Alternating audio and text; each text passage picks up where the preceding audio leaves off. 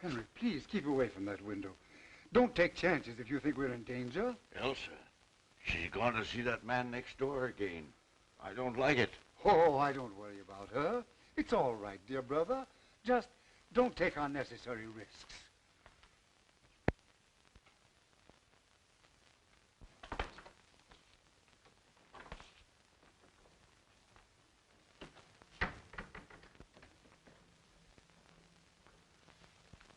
She's gone next door again. I know it. I saw her. Yes, sir. What you'd like to know, that's all.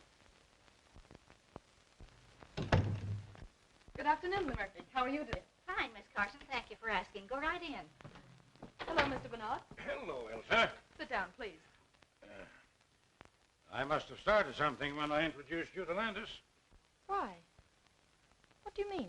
Did you come over just to have tea with an old man? Or is someone else coming? I don't know. Of course, if Jim drops in.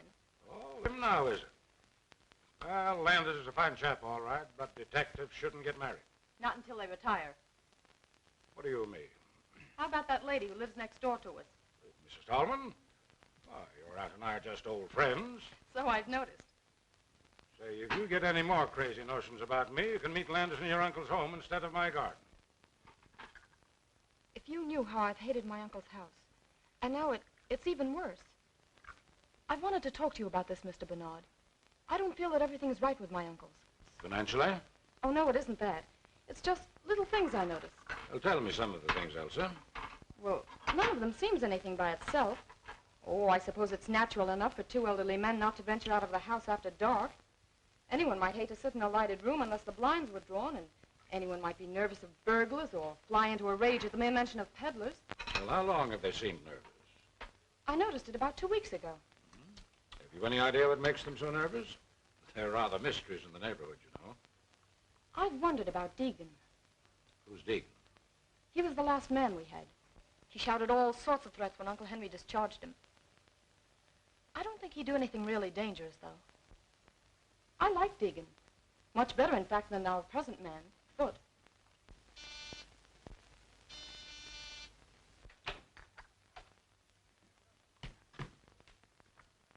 Good afternoon, Mr. Bernard. Hello, Elsa. Sit down. I'll pour you some tea. Are you all through? Yep. I have my man in jail, and my work here is finished. I'm going to town tonight. Give my regards to all the gang at headquarters. I surely will, sir. But don't think for a moment you're forgotten. The old-timers all hold you up as a shining example to me. They call me Sherlock Jr. Well, the old ways had certain merits. Don't disregard them entirely. You're not finished already. What's the hurry? I was going to take you for a little drive. It's the last chance I'll have for a while. Oh, don't mind me. I'll go for a stroll. Sit down. We have nothing to say that can't be said before you. Oh, haven't we? Hello, everybody. Having a little tea party? Mr. Landis, this is Mr. Blake. How are you? Oh, yeah. Mr. Blake is my paying guest. Calls himself a chemist. And if making horrible stenches is any criterion, he is. I'll surprise you one of these days and make Dr. Milliken take a back seat. I'll bet he's worried. Mr. Break in? Oh, excuse me. What is it, chum? Oh, excuse me, please. I want some carbon tetrachloride. Oh, what do you know about carbon tetrachloride? Oh, me want a terra. Oh, yeah? Come on out to my laboratory. Oh, thank you very much. Let's go before Blake gets back. Oh, he's not as bad as all that. But remember, this is my last day here. All right, run along then. I'll be seeing you again soon, sir. You don't have to tell me that.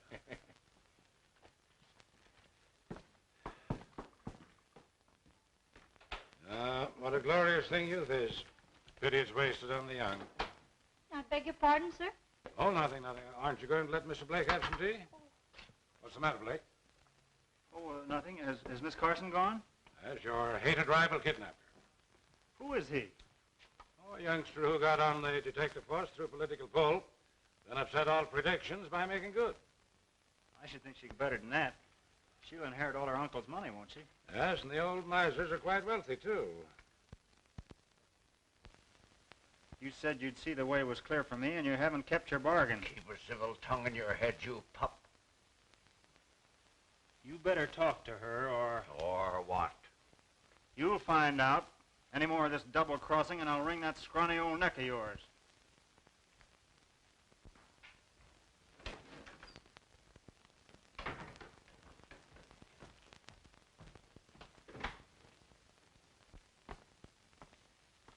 Won't you please say yes, dear? I can't now. Oh, it's no use pretending I love my uncles. I don't. They wouldn't let me when my mother and father were killed and I first came to live with them. But they need me, Jim.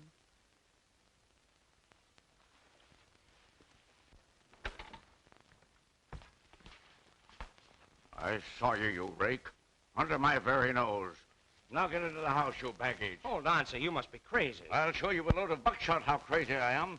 Get out of here. Wait, Elsa! I'm going to marry your niece whether you like it or not. Over my dead body. That may be a prophecy. What's that? Excitement is dangerous to a man of your age.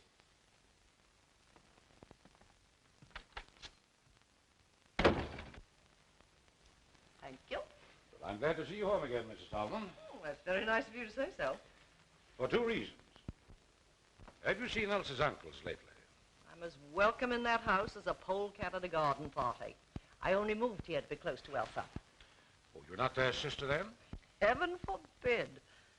But Elsa's mother was. They wanted her to marry a scoundrel, but my brother stole her right under their very noses. They've never forgotten it. Yes? Mr. Landis to see Mr. Bernard. Hello. Pardon me. I was next door and saw you come in here. You know Mr. Landis, Mrs. Tolman. So you're the young man Elsa wrote about.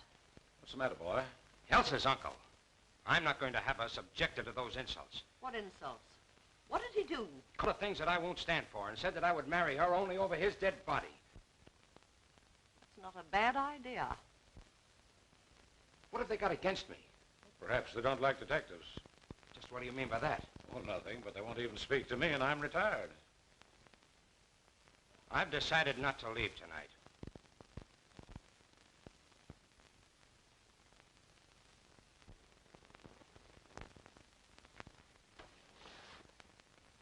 Henry, there's a man sneaking about the garden. What'd you tell me about keeping away from the window? What are you trying to do, make a target of yourself? But whom are you afraid of, Henry? You'll know soon enough if you're not more careful.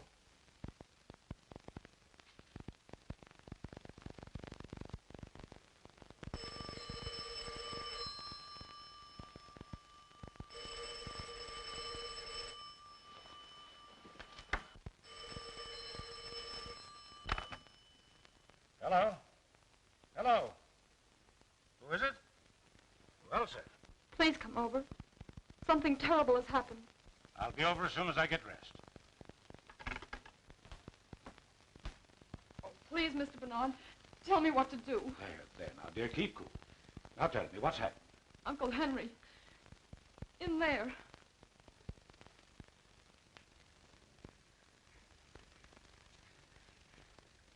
Oh, no, no. I can't go in there again.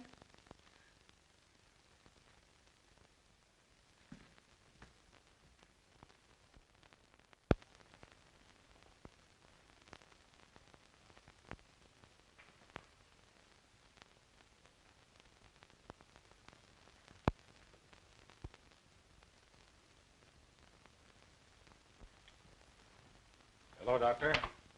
Henry Carson is in there in the library, stabbed in the back. Great Scott. Murdered?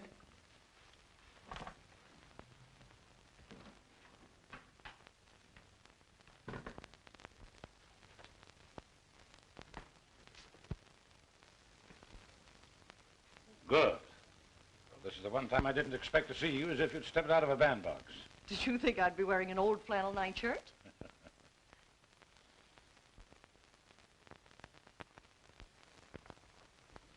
There. It was a dreadful shock, wasn't it?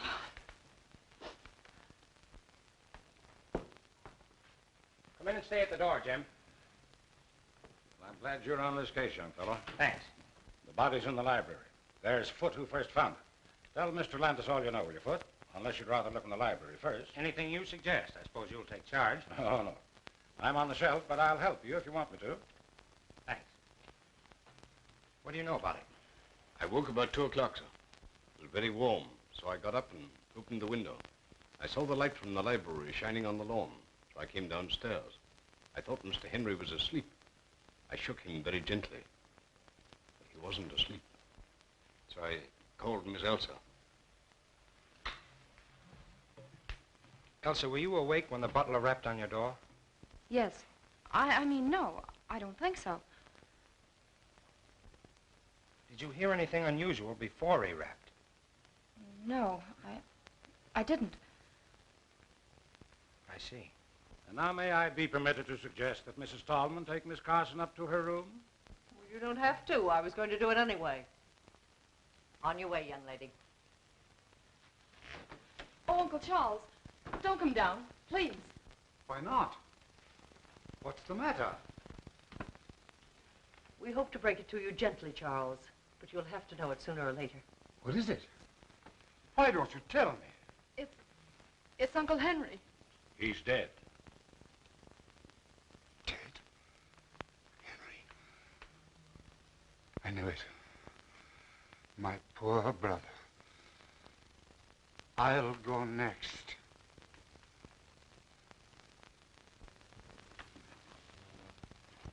Do you think the stab in the back was the cause of death? Naturally. But this was done with a fine instrument, which accounts for so little superficial bleeding. There was none. The edges of the cut in his shirt and undershirt were bloodstained. Yet if the instrument reached the heart, there would be blood on it when it was withdrawn. If it reached the heart. Young man, I'm short of sleep. Good night. If it reached the heart.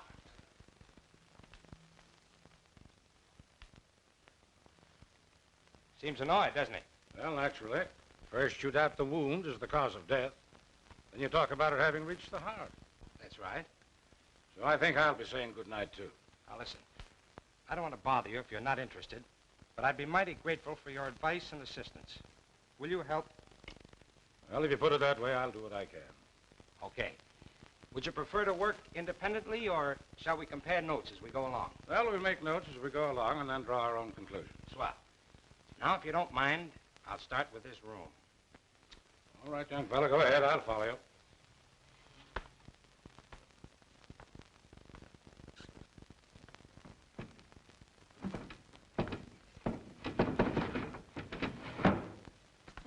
Evidently, the murderer didn't come in by the window. Well, there's no sign of a struggle. Carson was stabbed without warning as he sat at his desk, not moved to that position afterwards. I'm with you on that.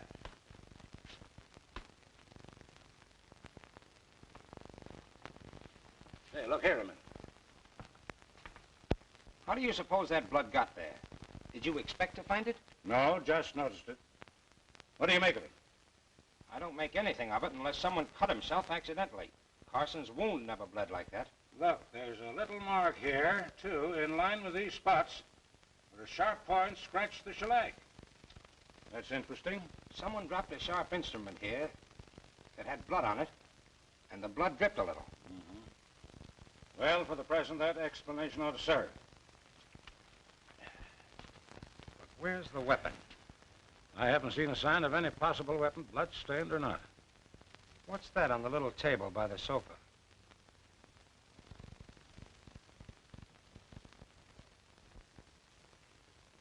An empty scabbard. It doesn't look as though it would fit the weapon that inflicted the wound. Possibly not. And that's interesting, too. But where's the weapon that belongs to it? Might be worth finding out. Well, we'll look into that tomorrow. Meanwhile, is there anything more you want to do tonight? I don't want to keep you up, but I'd like to sleep on this with as much information as I can get. You know more about the household, and you were here first. All right, come over to my house, and I'll give you 15 minutes.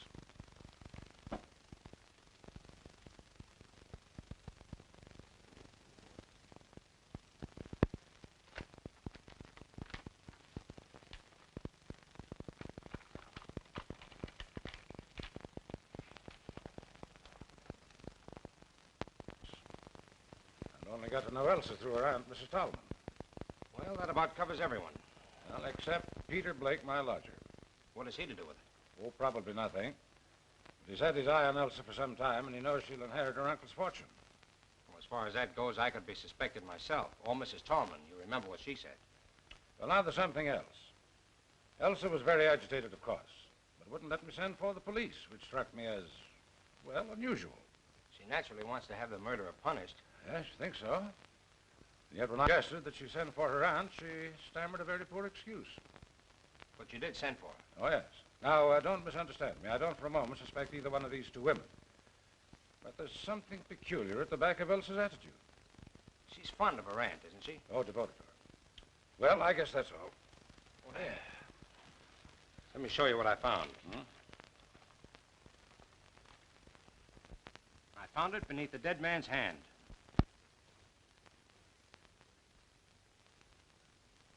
Interesting.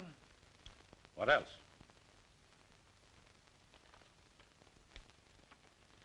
A dead mouse. That's interesting, too. It's prima facie evidence against the housemaid, but it's not just the kind of evidence we're looking for, is it? Maybe not. Who knows? Good morning, dear. I wanted a moment with you alone before Bernard arrives. Let's go to the sitting room. I'm afraid I had no washout this morning. I hardly slept all night. I know the shock must have been terrible.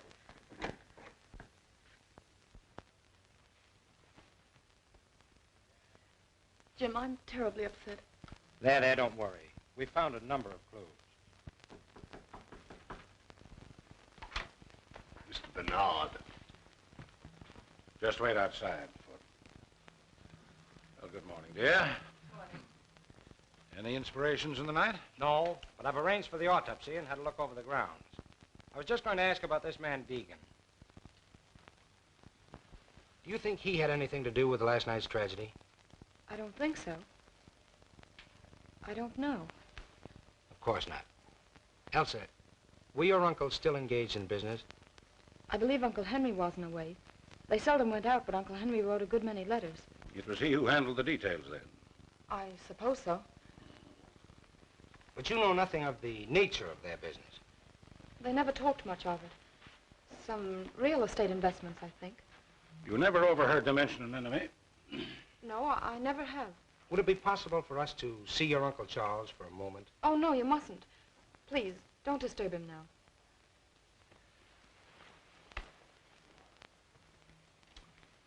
You know what he meant when he said, I knew it. Only that he's been afraid of something for weeks. You know of any quarrels your uncles may have had with anyone? Anyone at all, recently? Oh, don't mind me. If I'm guilty, I'll condemn myself. Did anyone else call at the house yesterday or last night? Well, what was that? Did anyone else call yesterday or last night? I don't think so. Won't you let me go now? Before you go, may I ask you one more question? What is it? Well, I just want to know whether you saw anyone other than the regular household about the place last night before the tragedy. No, I did not.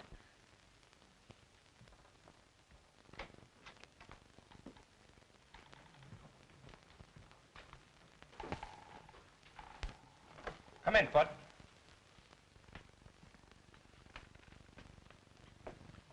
Sit down.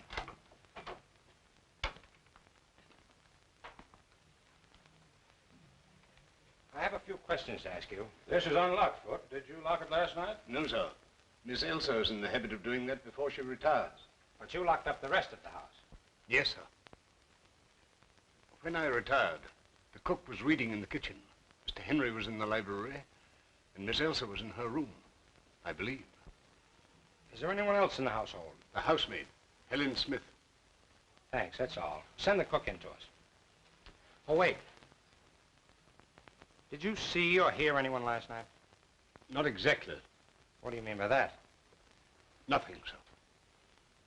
Okay, send the cook in. A little experiment in psychology. Foot knows that we know he's holding something back. You'll have a good alibi. All the better. We'll check it and place him in the case one way or another. Come in. I'm afraid I don't know your name. Miss Dubbin, sir. Now, Miss Dubbin, I want you to tell me what happened last night. Sit down, please. Well, it was after dinner when the dishes was washed up with the help of Helen Smith, who is always neat and helpful with a quiet tongue and tidy ways. Not like that Mr. Foote who thinks he owns the house. Skip that. Go ahead. Mr. Foote had some silver to polish in the pantry, so I settled down to read a book called Passions in the Purple. And, sir, while I don't go much for princes or princesses in a rule, I must say those two was as deserving a pair of young lovers as you could ever hope to find. Exactly. And after you read about them for a while, you went to bed. Yes, sir.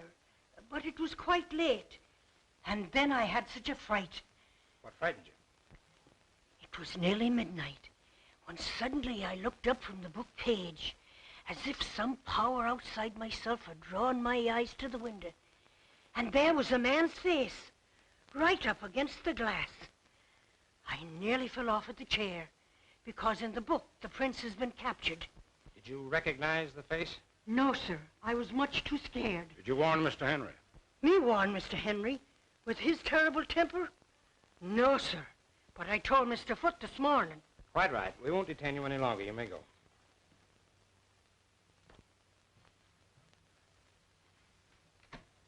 Well, that's that. What do you make of it? I think I'd like to have a few more words with our friend Foote.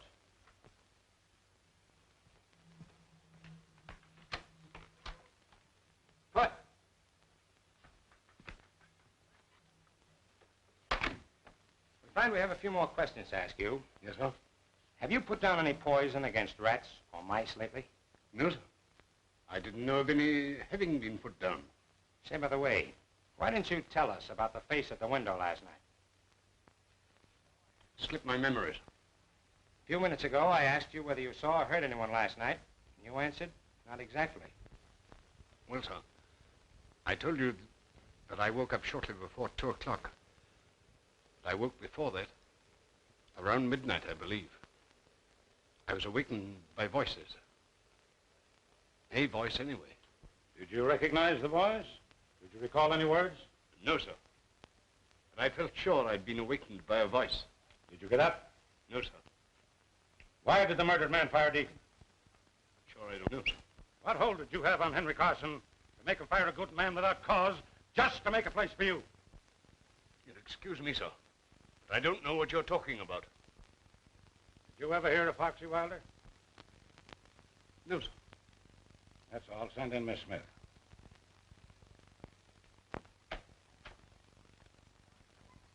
What was all that about? The shot in the dark that hit him. Did you see Foote take it? I certainly did. Who the man? Forger that I haven't seen for 15 years or so. He was arrested twice, but wiggled out of both convictions. We have his fingerprints, though, and I'm practically certain he's the same. The idea that he might have had a hold on Carson out of the past is interesting. Yes, very interesting.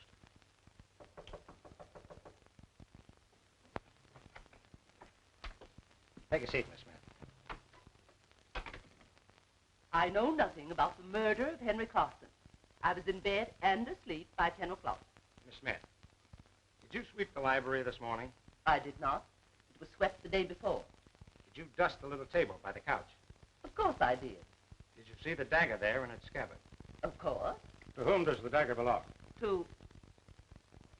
Why? We're asking questions. To whom does the dagger belong? I haven't any idea. Does it belong to Miss Elsa? Well, if you're trying to accuse that poor innocent girl... Does belong to Miss Elsa, eh? I haven't the faintest idea. That's all, Miss Smith. You may go.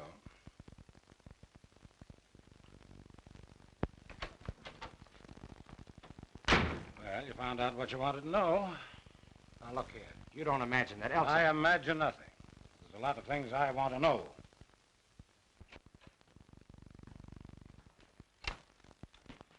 Hello, what's up? Who? Henry Carson. He was a friend of yours, I believe. Well, I just knew him, sir. What are you, doing here, Mr. Blake? Oh, just experimenting.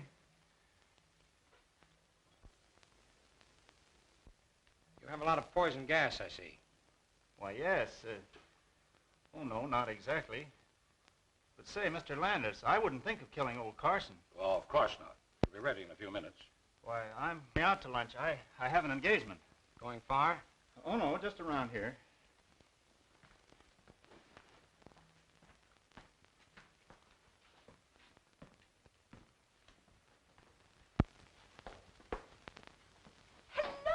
you've just missed lunch. What's the bag for? Uncle Charles insisted I come to stay with you. Well, wonders never cease. Well, you're welcome, my dear. Take any room you like upstairs and make yourself at home. Are you acting as convoys? Well, no, we just met outside. Landis wanted to call on you, so I came to take care of him. Well, a lot of help you'd be. Step into the drawing room. Chong, take Miss Elsa's bag upstairs. We'll just see what they want. Sit down.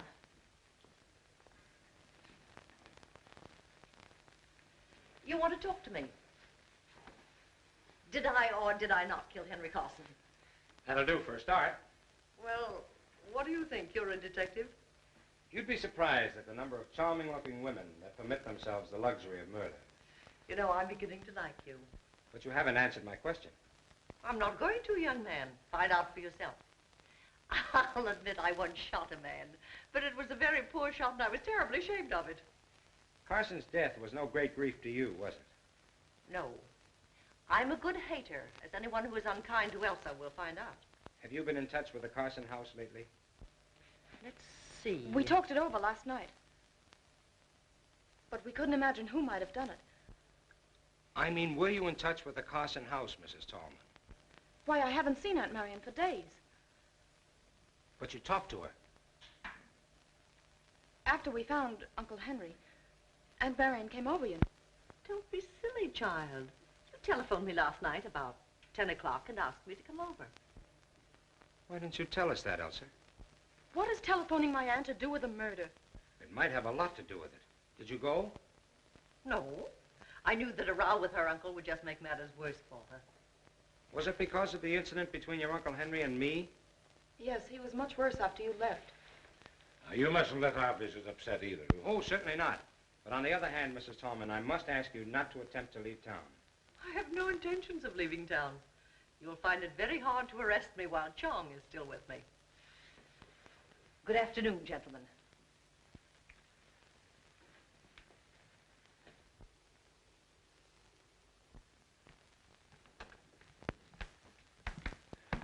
I'll inform Mr. Carson that you're here, sir. Say, Foot seems like cocky. Did you notice the change?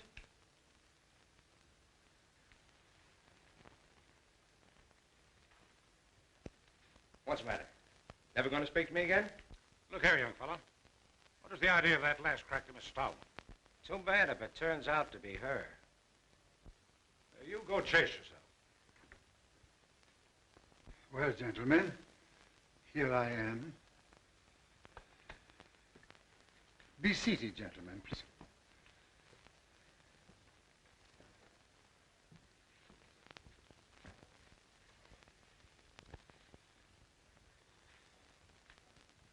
It's very kind of you to give us this info. We have no definite clue as yet, so we've been forced to come to you for help. I'm afraid there's little help that I can afford you. You see, my brother was a good man, but he had a violent temper, which made him many enemies. Cause for your nervousness of late. Figure sneaking about the grounds. Yeah. And at what time? I was reading in my room late at night. When I put out the light and opened the window, I figure there by the hedge. Did you describe the man at all? No, it was too dark. Did you hear anything last night? I was very tired and I didn't wake up until Foot called me. I'm sorry I can be of so little assistance, but I'm here. Apprehensive yourself lately, haven't you? You said something about being the next to go. Yes. I regretted those words the moment I had spoken them. I had wished to frighten Elsa more than she'd been frightened already by the tragic fate of her brother. Mr. Carson, what do you know about Foot, your butler?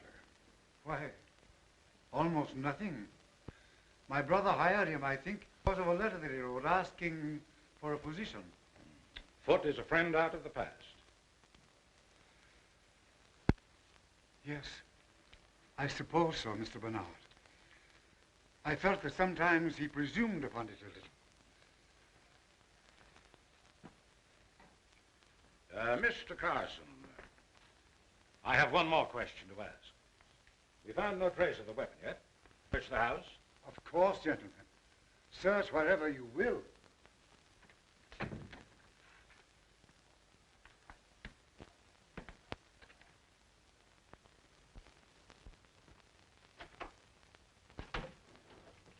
No use looking in there. If it were hidden among her clothes, she'd have found it herself.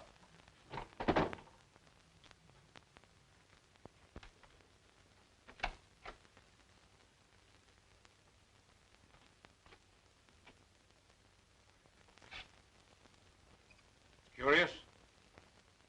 Look at it. What about it? Why, look at it. Elsa never wore a dress like that in her life. Well, maybe it belonged to her mother. Take a good look, will you, Landis? This dress has been worn recently. And look, the bottom of the skirt is muddy. The mud isn't quite dry, see? See, you're right. There's another odd thing. Look at that cut. Singed. Quite recent, too. Elsa must have been doing some cooking. Yes, and put her whole arm in the stove. Look at the length of that skirt. And another thing, it's too big for her. Looks more like a dress Mrs. Tolman might wear. I believe it'd fit her. I'm going to have a look at that stove. Meet you downstairs.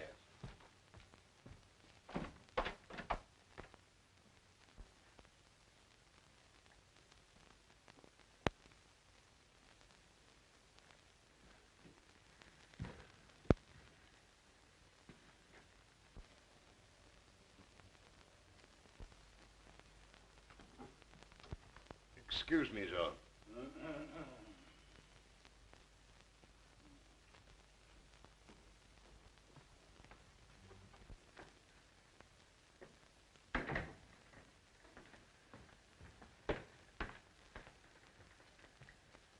I thought Foot was here.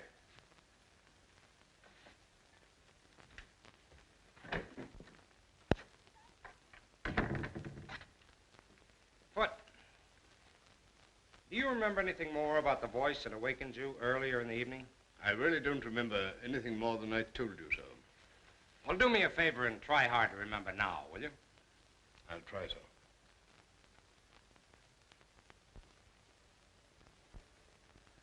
It's no good, sir. I really can't remember, and I don't want to lie about it. All right, keep on trying. I'll do that with pleasure, sir.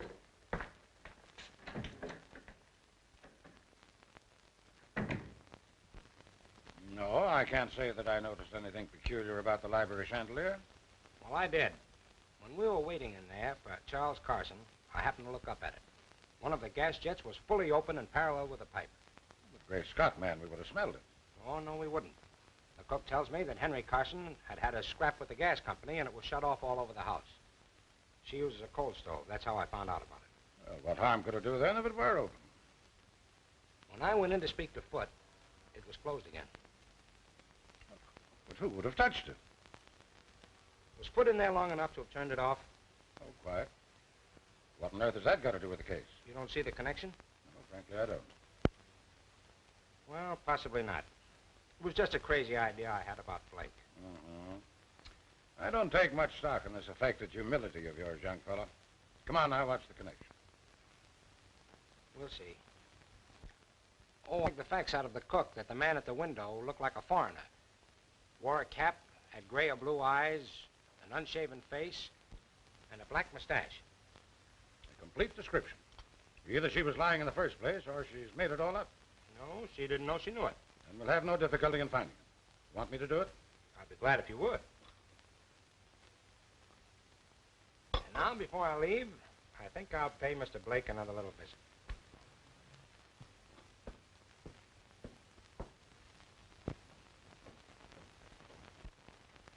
Look here, what do you want to know all this for? You prefer not to answer? No, I don't mind. I was only joking. The fact is, I'm working on a new infallible gas disinfectant for rooms where people have had contagious diseases. You have a number of gas containers here. What are they?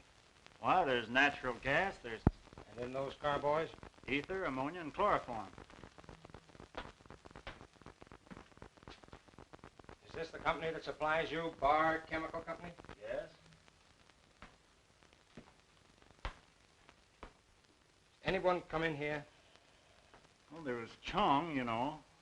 But wait, that fellow Foot from over at Carson's was in here one day. What did he want? Well, I'd promised Elsa a good cleaning fluid for her gloves, and she sent Foot over for it. That was 3 days ago. What time did you go to bed last night? Oh, about 20 minutes after 11, I think. You didn't go out? No, of course not. You're lying, you know. What makes you think so? What time did you go out? Oh, about 10:30, I guess. No harm in going out for a breath of air. Where'd you go? Look here, you haven't any right to come here trying to third-degree me. You don't care to answer? No, I don't. Very well. Well, wait a minute. What are you going to do about it? Nothing for the moment. But when you get ready to tell me what you were doing on the night of the murder, let me know.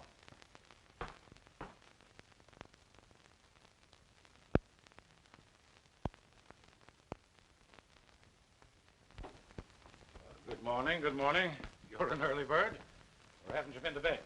You realize this is the third day now and we're just about where we started? Oh, I wouldn't say that. Well, I'm anxious to hear what you found out yesterday. Good. Sit down, then. Oh, by the way, I checked on Deegan. The people who employ him were giving a party that night, and he was on duty until 4 in the morning. So that eliminates him. Well, I had better luck. I expect to produce the face at the window today. How? Through Briggs, the man Henry Carson was writing to. He's their real estate agent, and none too honest, I fear. I found out through Briggs that the Carsons own a number of tenements that he bought for them under an assumed name. He also admitted that there have been a number of fires in those buildings lately. Obviously sapphire bug. Were the buildings heavily insured? Yes, but that doesn't seem to be the angle. In fact, Henry Carson told Briggs to take steps to stop the fires. Briggs engaged a private detective, but the fires didn't stop. There was an attempt at firing one of the buildings on the very night Carson was murdered. What time? A little before midnight. Well, then the same man couldn't have killed Henry Carson. Well, he'd have had time, only it wasn't a man. A woman? The private detective described her as being tall, dress of some dark material, small hat and a veil. She moved with a free, swinging stride, like a woman who'd been used to an outdoor life. But that's extraordinary. The description fits Mrs. Tallman.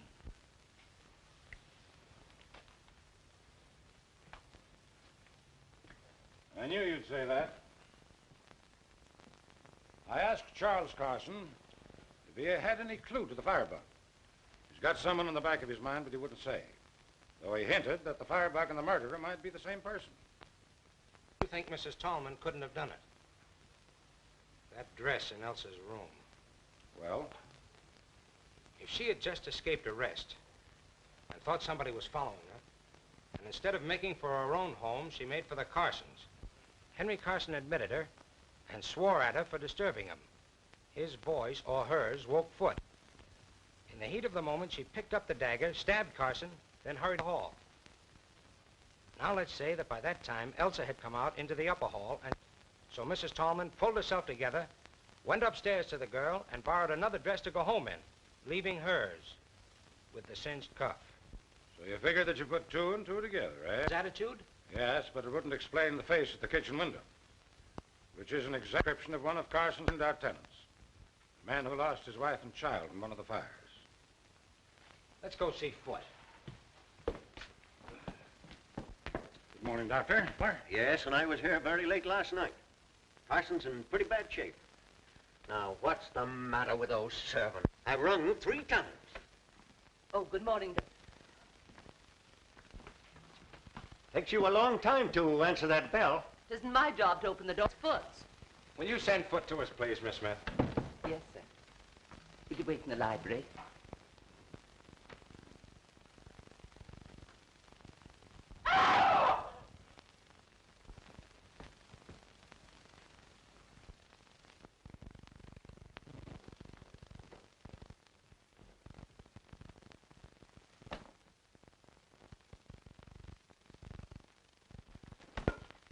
What's the matter? What happened? Foot! Foot! Oh, Mr. Landis, what's the matter? Foot isn't here, sir. What? The fact is, Mr. Carson, Foot has been injured. Why, how could he be? He had too busy leaving the house at this hour of the day. What's dead? Dead? Foot? Oh, nonsense. Now, don't get excited, Mr. Carson. Foot was killed last night. Murdered? Was he killed here? Mr. Landis, was he killed here? That's right. What does it mean?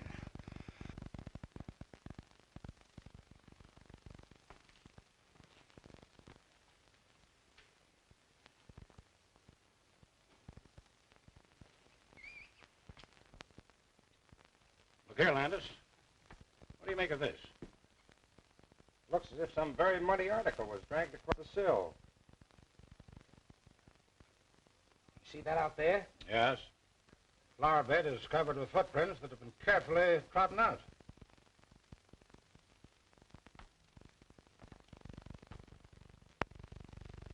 Did you look at...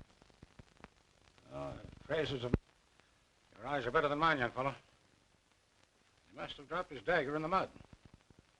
Or buried it after the first murder and dug it up again for this one. Another murder, all right. Exactly.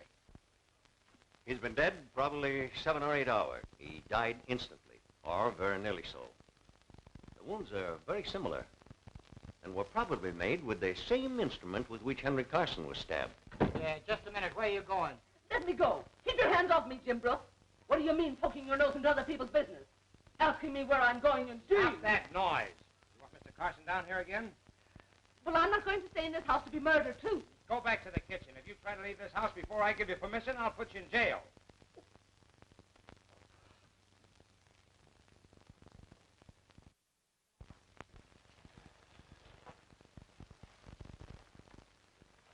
Helen Smith is gone, and there's only the cook, so I had to come back. Yes, dear, we let her go home.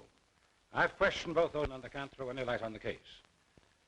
Now, I want you to trust me, Elsa. I do trust you, Mr. Bernard. Then I want you to tell me how you knew that your aunt came here at a late hour the night your uncle died. I can't. You'll tell Jim, and he already suspects Aunt Marion. She told me so. Now, my dear, you've asked me to help you, but you won't help me. I want to prove a record is clear, but I can't do it unless I know everything. I suppose I ought to trust you. I know you wouldn't say that, just find out. No, I wouldn't. All right. I got up to get a drink of water, and I heard the library door close and looked downstairs. What time is it? A little after 1 in the morning. What did you see? It seemed so treacherous. I saw my aunt. Was there a light down? Just a dim nightlight. But I called out, Aunt Marion. Yes, what did she say? She didn't say anything. She put her fingers to her lips. Then she waved me a kiss and hurried out the front door. What sort of clothes was she wearing? Something dark. A dark brown or green dress and a small hat.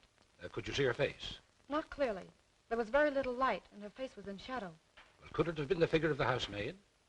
I suppose it might. Oh, no, it couldn't. Aunt Marion waved a kiss to me. Helen would never do that. Could it have been the cook? No.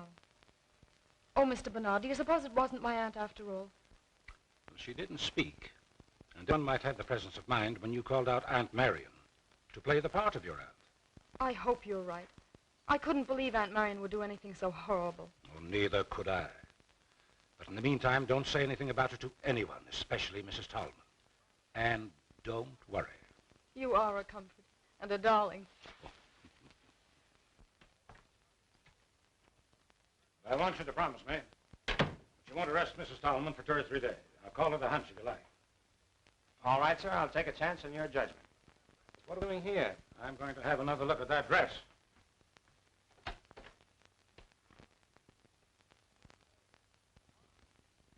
Gone. Gone. I'll have a chat with Elsa about it.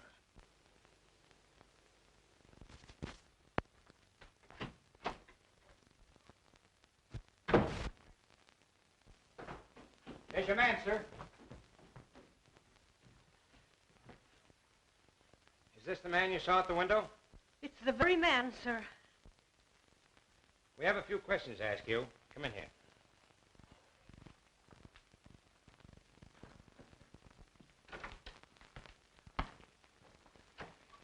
Sit down.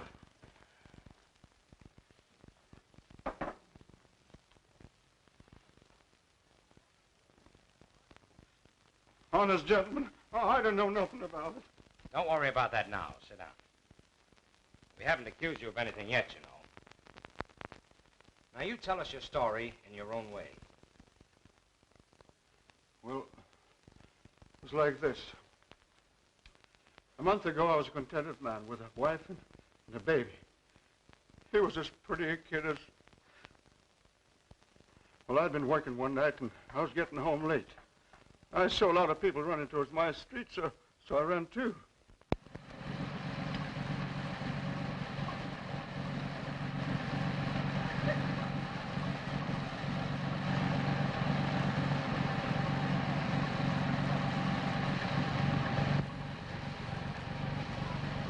Back there. But my wife and kid, they're in fire. Everybody's out. My wife and kid, are they safe? There was a woman and kid, but they took them to the hospital. Hospital?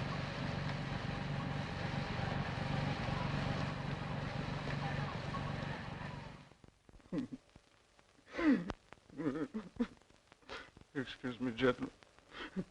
I ain't been the same since that night. Well, I rushed over to the hospital, and there was Alice and little Bill lying in a bed together with a sheet pulled over their faces. So you set out to find the owner of the building? That's it, sir. All I was asking was the price of a tombstone, like Alice had wanted, that's all. But Briggs, he wouldn't tell me. So a friend of mine in the fire department, he made him spell the names of the owners and their address. So you came out here? That's right, sir. But I couldn't get here till late because I got mixed up finding the place. Must have been about 11:30 by the time I got here. What did you do after you got to the house? Well, I looked in the back window. There was a woman there sitting and reading. Well, she let out a yell, so I ducked. You mean you went home? No, sir. I wanted my rights. I came round this window here, but all of a sudden the lights upstairs went out. So I ducked, scared somebody might look down and see me. That's just what happened. You were seen. Now come clean. So help me, I'm telling the truth. Well, after a while, I crept back and looked under the shade.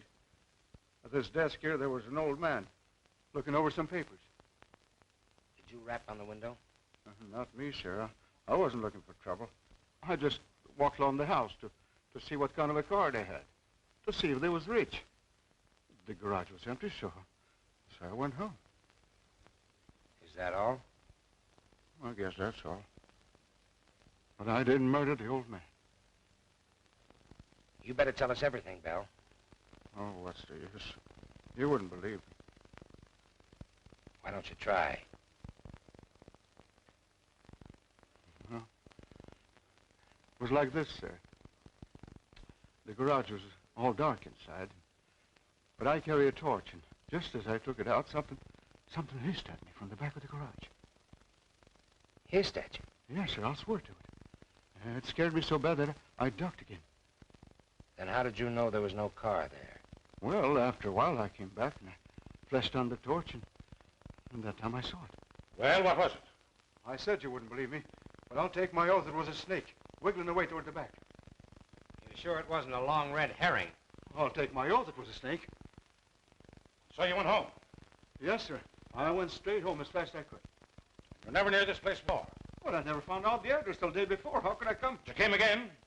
I never did, sir. I never came near that place again. You came here last night, crept in, stabbed another man at that desk, just as you stabbed Henry Carson. I didn't, sir. I didn't. I swear I didn't. Where were you last night after midnight? I was in a picture show. Anybody with you to prove it? No, sir. I went alone. I'm going to send this fellow home now, but don't lose track of him for a few days. All right, Val. You can go home now. Home? And I'm going to see what I can do about raising the price of that tombstone. Thank you. Thank you, sir. Well, what do you make of it? Well, that was a shot in the dark that didn't strike home. But let's see else about that dress. I'm convinced that that dress was worn by the woman she mistook for her aunt. Do you really think it possible that it was Helen Smith or the cook? I didn't take the Helen Smith. She showed a vicious temper and was quite callous at leaving Elsa alone. And for a good cook, Miss Devon strikes me as being unconvincingly brainless. She told the truth about the man at the window. Yes. And she was the only person in the household that was up late the night that Henry Carson met his death. And so far as we know, she was alone downstairs with Foote last night when he died.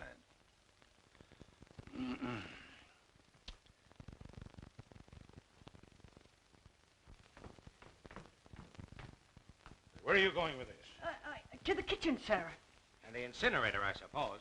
No, sir. Miss Elsie thought I might be able to wear it. Elsa!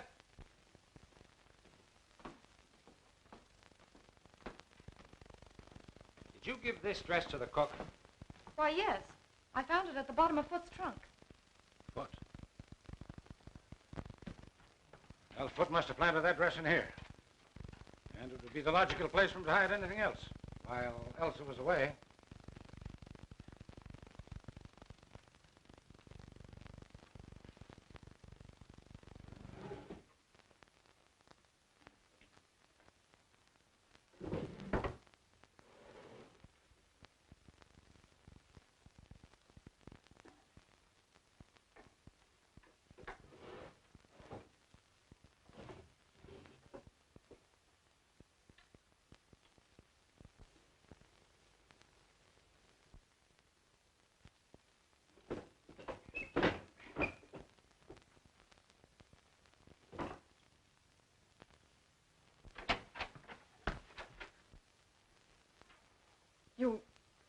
You found it. Yes, Elsa, where you hid it. Oh, I know I shouldn't have done it, but it lay there. Where? It lay on the floor of the library. Foot hadn't seen it, so I sent him for water. Then I ran upstairs and threw it in my wardrobe. That's why you called Mr. Bernard from upstairs, but why did you hide the dagger, Elsa? Oh, don't you understand? I thought I had seen Aunt Marion leaving the library. When I saw that dagger covered with blood... Then you washed it and later hid it in the drawer. You did a very foolish and dangerous thing. Oh, it wasn't as bad as all that, dear. There are other clues, you know. I'm sorry. But I'm not frightened anymore. The gentleman from the chemical company wants to see you, Mr. Landis. Oh, thank you. Will you come too? Excuse us, dear.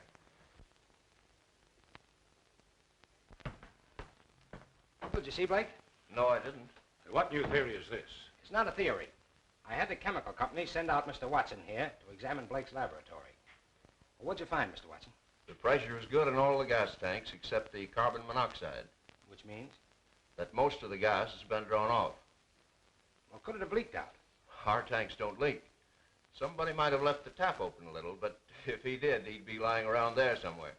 Well, that's all I wanted to know. Thank you. I'm glad to help you if I can. Well, you've been holding out on me, eh? Not on facts, only theory. Carson's wound didn't bleed. That's why I made such a point of whether it reached the heart or not. My idea was that when Henry Carson was stabbed, he was already dead. The autopsy showed a scarcity of oxygen in the lungs. In that case, the wound wouldn't bleed at all. It didn't. But let's take the evidence in order. First, there's the mouse. The little beggars never die out in the open unless they've been poisoned, but nobody had put down any poison. Well, where's the connection? Suppose that Henry Carson had been sitting quietly at his desk and Mr. Mouse ventured into the middle of the room. Then let's suppose that death suddenly gathered both man and mouse at the same instant. Carbon monoxide. Suppose we see if your logic is in.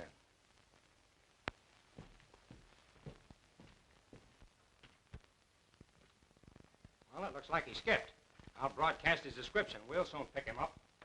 Say, Landis, how do you figure the gas got in the library? From the gas jet and the chandelier. Blake tapped the pipe and let in the carbon monoxide from the tank. Sounds interesting, but I'm inclined to think it's all moonshine and coincidence. Now, how would that hook up with the stabbing of Henry Carson and the stabbing of Foot and the dagger and the disappearing dress and the woman in the hallway? Were they all in the plot together? We're not even sure that Foot and Carson were stabbed with the same dagger. We're sure they weren't. Elsa hid it long before Foot was murdered. Oh, quite so. But that doesn't prove that both men were not stabbed with one and the same dagger. For the love of Mike, man, you don't suspect Elsa. I don't think Henry Carson was stabbed with the dagger at all. It was planted there. On the evidence of Elsa, the dagger was covered with blood. It dripped on the floor. And yet the wound did not bleed. Whatever blood was on the weapon came off on the clothes when it was withdrawn. That's right. Well, then we can eliminate at once both Arthur Bell and Peter Blake. For neither of them had the intelligence to conceive such well-planned crimes. Well, I'm not eliminating Blake, and I'm not eliminating Mrs. Tallman. All right. But there's an experiment I'd like to try. What is your experiment? Well, it's quite simple. All I ask is that you place yourself at my disposal tonight and possibly tomorrow night. Okay. you still have a man watching Mrs. Tallman, I want you to call him off. And let me convey to Mrs. Tallman in a roundabout way that you've done so. You agree? I do.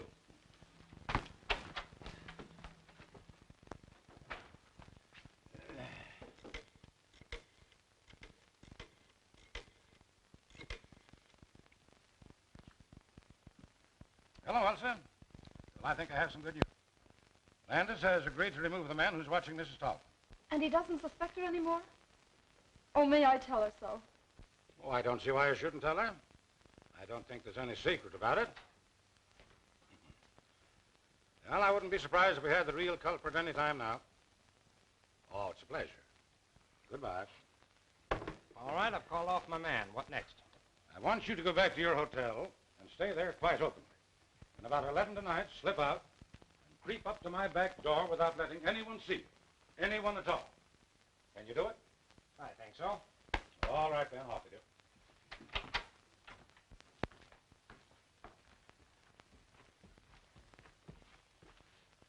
I'm going to undress. You wait here until I come out again.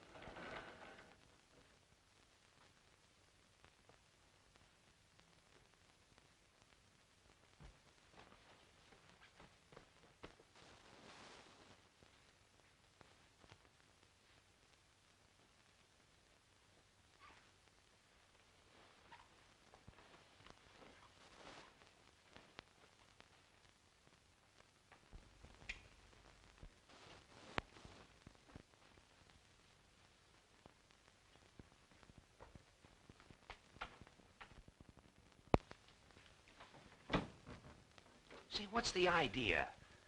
That's the experiment. Don't talk, not a sound.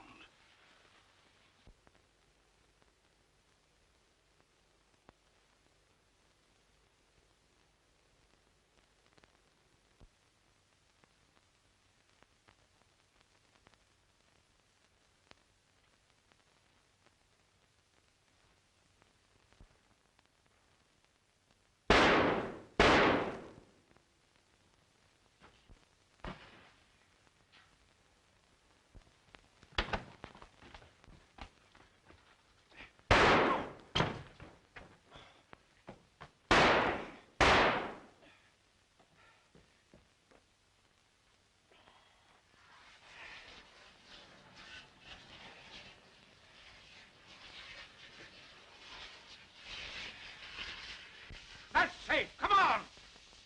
Are you hurt bad? Don't just brace me. Hurry, we must catch it. Where the deuce are you going? What is all this? Now, this is my show, Landis. Bruce here is the detective working for me. You identify the firebug, Bruce? All but the dress, sir. Same height, carriage, and walk. Uh-huh.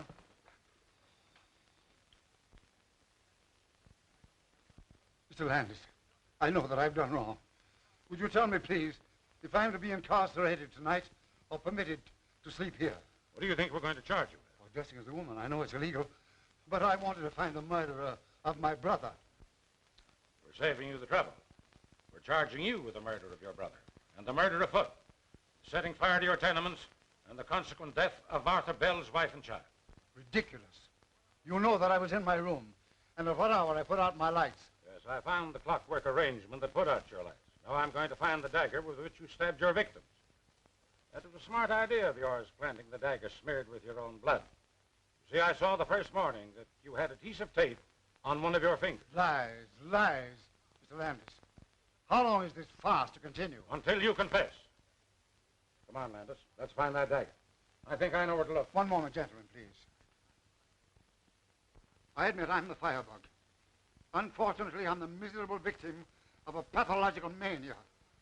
But I know nothing about the murder of my brother or afoot. That woman next door did it. You murdered them both. You fired your buildings for the insurance. Then you came home that night and found your brother as you thought asleep. With him out of the way, you would possess his fortune as well as your own. You saw the letter he was writing to Briggs, and you stabbed him to put an end to him and his interference. You're mad. But Elsa's cry awakened Foot, who came down and found you and Famine in the tire. He proceeded to blackmail you. You lured him into the library, where you stabbed him as you did your brother. Pray, tell me, where is the weapon with which you imagine I killed my poor brother and Foot? It isn't in the house, so it must be somewhere in your course between the front door and the side door where you re-entered the house. Come on, Landis. We'll look the ground over again. Right. Oh, you've got your flashlight?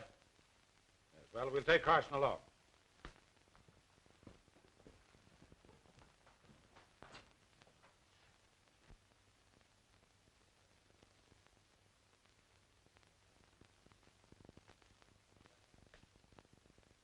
Look there, Landis. Doesn't it seem strange that such a tall plant should be tied to such a short stake? That stake? That wouldn't help it any. Bruce, pull it up and let's have a look at it.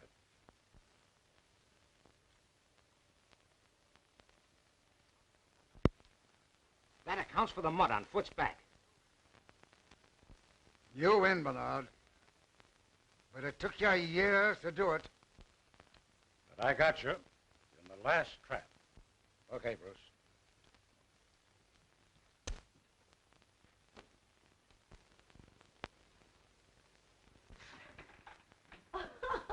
Cleared at last, and you're foiled again, Jack Dalton. I'm sorry, Mrs. Dollar. Oh, forget it. I suppose you want to talk to the mastermind. Yes, but I wondered... Oh, I know what you're wondering. I'll just see if she's presentable. She's had quite a shock, you know. Yes, she must have had. You'll find Sherlock in there. Thank you. Good morning. Oh, good morning. Oh, don't get up. See, now that it's all over, do you mind telling me how you happen to suspect Carson? Not at all. You took it for granted that Carson wouldn't murder his own brother, and you never looked his way. I didn't and did. That's all. Well, that's not all by a long shot. But I believe congratulations are in order. Oh. But don't forget, you must congratulate me, too. For what? Because I've got the man who really killed Carson. Blake? Yes, again. Say, what is this, a game? Where is the real murderer? I have him by the hand. Are you trying to kid me? I'm not kidding. You killed Henry Carson. I never could figure why Foot should turn back that gas jet in the library. It didn't make sense. But you were there, too. It was easy for you to enter the library while I was talking to the cook. Go ahead. Carson's last words when he was caught implied that you had known each other before, but you were certainly not old friends. So you must have been enemies. You on the side of the law, he against it. So far, you're right. But not once could I get evidence to justify an arrest. Now, what else, young fellow? There was Arthur Bell and the hiss of the snake. I took another look at the Carson garage this afternoon. In the back wall, behind the firewood, is a small hole recently bored leading to your garage. And there were yards of rubber tubing in the back seat of your car. Naturally. It's no dice. You'd already opened the gas jet in the library that day you called about the fence. Mm-hmm. What else? You made sure that Henry Carson was at his desk. Then you connected the tube with the gas jet in the garage. You then went back to your own garage, connected the tube to the tank, and turned on the gas. That was the hiss that scared Bell. You let in enough gas to kill a dozen men and a mouse. Then you drew back the tube, and it was the end of that writhing tube that Bell saw. Of course, he thought it was a snake. And the confessed stabbing of Henry by Charles. Henry Carson was as dead as that mouse when his brother stabbed him. An interesting bit of reasoning. How long have you believed it? I suspected it days ago. You were so down on my theory of gas and so unwilling to involve Blake. Landers, you've done some fine reasoning. I never thought you'd figure it out. But you don't know the harm those two men have done. I came here to live with no idea but to trap them. You see, we never actually met, but they knew me as well as I knew them. Hello. Are you two still congratulating each other? We're pretty good. Well, there's someone outside who thinks so, too. Oh, you'll pardon me if I carry this investigation a little further. Won't you sit down, Mrs. Tallman? Certainly. Well, I suppose you're very busy now with Sean gone and Elsa on your hands, but if you have a minute, I've got something to tell you and something to ask you. An hour, if you like. Well, I thought you'd like to know that Landis has traced the murder of Henry Carson for me. What? But you didn't do it. Oh, of course not, but I've practically confessed it, and Landis has let the matter drop. Well, I'll be... That's all right, it's all right. What else could I do? You see, I found some rubber tubing that belonged to you hidden behind the firewood in the garage.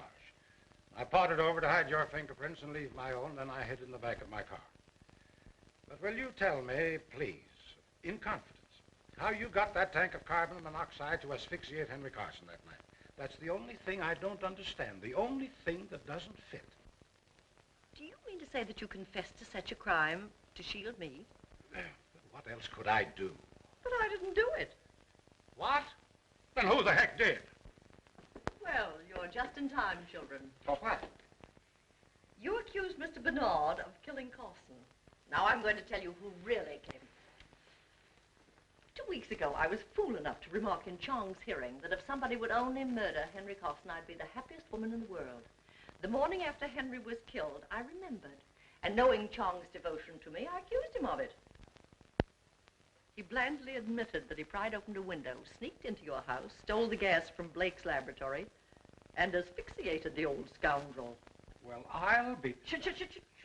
But he'll have to be arrested. Why, certainly. Where is he? On his way to China. Nevertheless, we'll get him. You were wondering where we'd spend our honeymoon. Well, it looks like China to me. You're a man, Forbin. Oh, fool.